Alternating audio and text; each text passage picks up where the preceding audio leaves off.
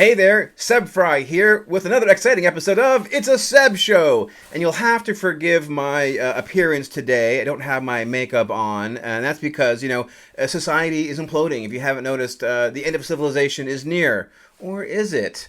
Now, if you've been following me on social media, on my blog, on the various YouTube videos I posted over many, many years, you will have heard me say that I expect that real estate prices will continue to rise in the San Francisco / Monterey Bay Area until the zombie apocalypse, right? Or until some black swan event comes along and basically, takes out civilization and just kills demand for property. So with what's going on right now with the coronavirus, a lot of really freaky stuff is happening, right? Like the stock market is in a free fall, or stopping all travel to Europe for 30 days.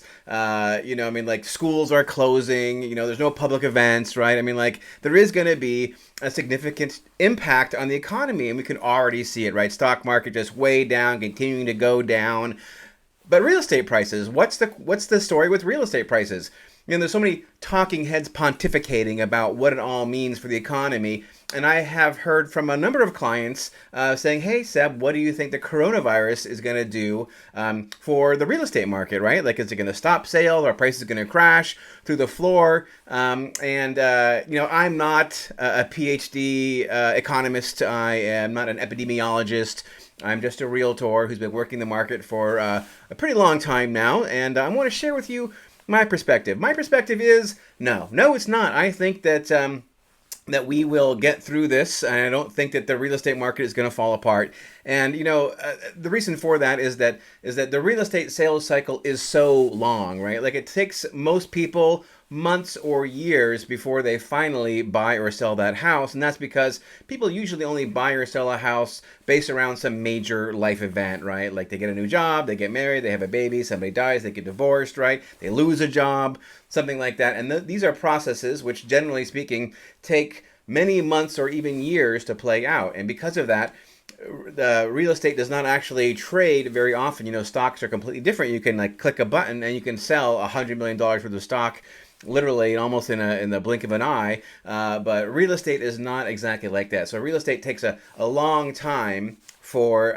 changes in the economy to show up in actual real estate prices. So I think that we will probably get a handle on this contagion sooner rather than later. I don't think it's something that's going to drag on for years. I expect that within a few weeks or perhaps a few months that we'll get a handle on it. It's not going to be like Trump says, where hey, it's a miracle, and all of a sudden it just goes away, poof, in a couple of weeks. No, there's going to be a lot of pain, there's a lot of disruption, there's going to be a lot of stress and fear and anxiety. Our daily habits are going to be altered. It could be that now when you go to an open house, instead of just getting some booties to put on to protect the floors, I think they're going to give you latex rubber gloves and hand sanitizers and maybe a mask. Who knows? There are going to be those kinds of changes, I think. But I am not anticipating that we're going to have a tanking of the real estate market because of the coronavirus. But I will say it is a little eerie. It kind of feels in a way like the beginning of Walking Dead. Do you ever watch that show, Walking Dead? I've not watched it in quite some time, but at the beginning, right? It just sort of happened slowly, right? A little few things went wrong, and then before you know it, civilization ended. It kind of feels a little bit like that because so many people are being impacted and affected, and organizations are changing how they work, and my little league has been suspended indefinitely, and my kids are totally bummed out about it, right? So we are going to have to weather this kind of stuff, but I really don't see it tanking the real estate market. Now, these could be famous last words. In the 6 months, we're going to look back and we're going to say, hey, Seb, ha ha, joke's on you, you were wrong. It could be, right? I'm just going to have to go out on a limb, take that risk that I'll be completely mistaken about this. But it wouldn't be the first time I've been mistaken about something.